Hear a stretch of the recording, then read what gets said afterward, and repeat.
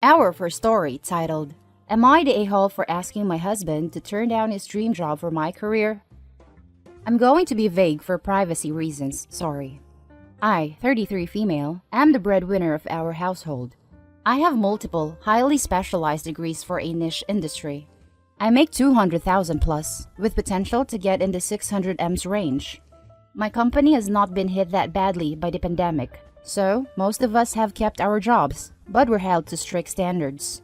My husband, 36 male, has a bro degree/work experience. He quit his job right before the virus hit, hoping for a better job in the meantime, and I was supportive. He spent a ton of time applying to various jobs and finally landed an interview at Organization X. This is his dream job, in almost every imaginable way. I can't be detailed. However, it's paying about $65,000 a year, which would be fine, except this job directly puts my job stability at risk. My company and this organization are adversarial, at best. My field is extremely secretive, and if clients discovered my spouse was working for a competitor, I would be permanently tainted. I wouldn't be able to get a job in the industry forever. I know this sounds like an exaggeration, but I promise you, it absolutely is not. It'd be like if I worked in protecting the privacy of celebrities and he worked for TMZ. If he tapped my car, got into my work devices, he could use that to advance his career, and any trust I have in this field will be gone. Even if I trusted my husband not to do that, my clients and company don't. Worse, because my background is so specialized, this is the only field I can work in. I asked him to drop from consideration for this job, since if he got it, we'd lose my income. $65,000 a year cannot support us in this city. Plus, he does not have to work for this organization. Even if the job market is awful right now, his background gives him access to a wide range of jobs, but I only have this one, niche field. He was extremely angry and said I was selfish and only cared about money. I told him that if he wanted to go back to school for an advanced degree or just be unemployed for a while, I would support him, but taking this job isn't possible. He continued the process behind my back and got the offer. He wants to accept it because he says his career needs to take priority and that I wasn't being a supportive wife. I feel so betrayed, and I've contacted all relevant higher-ups in my company to inform them. I notified them as soon as he got the interview, because it's better coming from my email than from a background check. I told him he could decline the offer, with me watching him physically decline it, or he could accept the offer and move out immediately. I would pay for him to stay 2 weeks at a hotel, and we would begin divorce proceedings. My company is willing to take care of all my legal fees. I feel freaking awful. I still love him. I moved decisively because this was the best way to cut my losses, but it still hurts. He called me heartless and cold. It's true that I was prioritizing my career over his, but it felt like the only option at the time. Now let's read the comment section. You're the a-hole. It's his dream job. You have a great job, but it's not your dream job. Find something else and support your spouse. If I get blacklisted from this industry, I literally cannot find another job like this. My current job may not be my absolute dream job, but it's the closest I'll get to it, realistically. It's demanding, strict, and stressful, but the company rewards you greatly for it. I have an upwards career trajectory, but if I had to leave because I became a security risk, I can guarantee that I would have no chance getting a job anywhere as nice as this, with a chance of promotion. This sounds very exaggerated. Your company is willing to pay for divorce lawyers? Seriously? You haven't actually specified. Is it against a company policy or a breach of a conflict of interest agreement? Cause if so, I'm going you're the a-hole for not leading with that very objective info, rather than the all, I'm so specialized and highly skilled, he isn't stuff you talked about. Company policy would be enough to have a logical discussion with hubs to explain why that employer is not an option. It's against our conflict of interest policy. I've heard of people in our industry being fired over it, not in our company, and I haven't heard of them in the industry since. I seriously can't emphasize how seriously they take it. They're willing to pay for my divorce lawyers because that's much cheaper than the reputation cost of just one case getting leaked. Not the a-hole. Some are saying you've decided your job is important than your husband. They're ignoring that he seems to have decided a job offer is more important than your entire career. I was ready to call you the a-hole considering we frequently see people unnecessarily prioritize their career over their spouses when compromise is possible. However, he's refusing compromise. To address the people calling this a trust issue, it doesn't matter if she trusts him. Her company and her clients don't. He knows this and chose to pursue this job anyway. If she doesn't trust someone who's willing to destroy her entire career for a single job, I don't blame her. Men aren't usually the spouse making career sacrifices for the greater good of the couple. I don't know for sure, but that could be something he's struggling with. Info. Opie, how did you both not realize his dream job would be the end of your career? Was it ever discussed, or is this just suddenly his dream job? I imagine he could have the same job at her company, or at least at one that is not a direct competitor.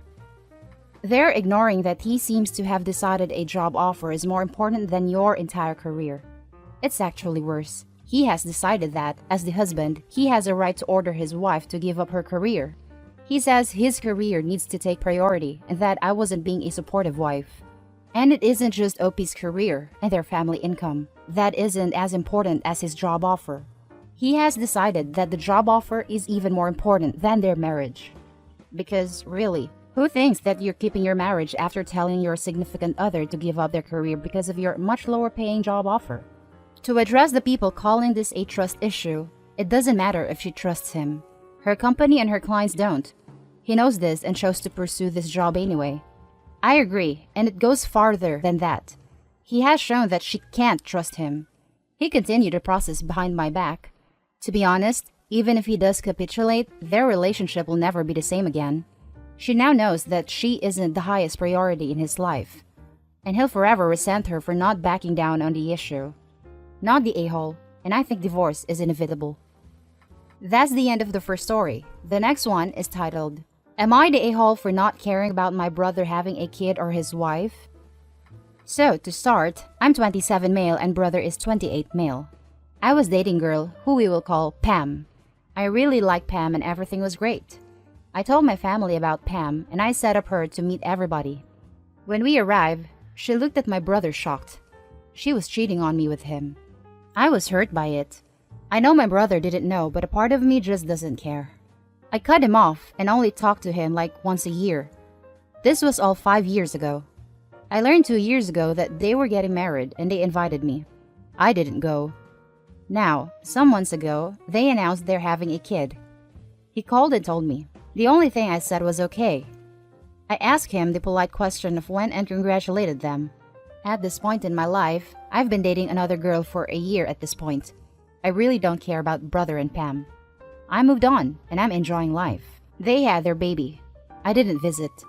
I just gave him a call and said congratulations again. Now yesterday, my parents called and want to meet for something. I still talk to everybody else in my family, so I was cool with them. We meet up and it did not go too well. The whole conversation was basically a get over it. Move on and be happy for your brother. Either you go visit him and make up or don't come to us any longer. I told them I have moved on. I'm dating somebody else and that they can go F themselves. I later got a call from other family members. The theme of all of their messages were telling me to move on and be happy for him. So I put all of them in a big group chat. Told them I moved on and that they can all go F themselves and to leave me alone. I blocked everybody after that. I told the person I'm dating and she said that was kind of an a-hole move. I disagree. I think they're the a-hole who won't just leave me alone. So guys, am I an a-hole? Now for more info and top comments. Info. Were you and Pam exclusive? How long had you been dating? When we dated, we were. We dated since 12th grade and it lasted until I was like 20 or 21. You dated in 12th grade and your family never met her until a couple years later? I didn't take it seriously in the 12. It took time for it to get serious. I was basically still a kid. Not the a-hole, but you did overreact. Unless your brother and his wife have made strides to make sure that you forgive them, then really the hurt isn't going anywhere because it's never been addressed. Essentially, you are the forgotten victim. Personally, I can see why you told everyone to back off, but it still could have been handled diplomatically without you having to sacrifice your position or feelings. I don't know, it sounds like Opie's biggest problem is the ex. The cheating is one thing, but the fact that they're still together and now have a kid is a continuous slap in the face. I wouldn't want to be around my cheating ex either. I could forgive my brother, but not if the ex is a package deal. What seems the worst part to me is that his entire family is on the brother's side, even though he was cheating with OP's girlfriend, not the a-hole. Not the a-hole. It's actually surprising how often this happens. Sibling betrays sibling, and family can't leave two adults to manage their relationship without destroying the whole family. You didn't try to make anyone choose sides, and they still can't accept that your feelings about the situation are for you to deal with. Your parent told you they were choosing and they lost out. Not the a-hole. Although your brother didn't know he was dating your girlfriend, he kept dating her after he learned that she was dating you both, which is kinda messed up. You have every right to distance yourself from people that are a detriment to your mental health. Your situation is rough, and although your family is coming from a good place, they should respect your wishes to stay distant rather than force yourself to get over it. Although, I feel like you could have talked to them more politely rather than just telling them to F off. Now for the final story. Am I the a-hole for disallowing my son from being alone with his girlfriend? My son is 16. His girlfriend is too.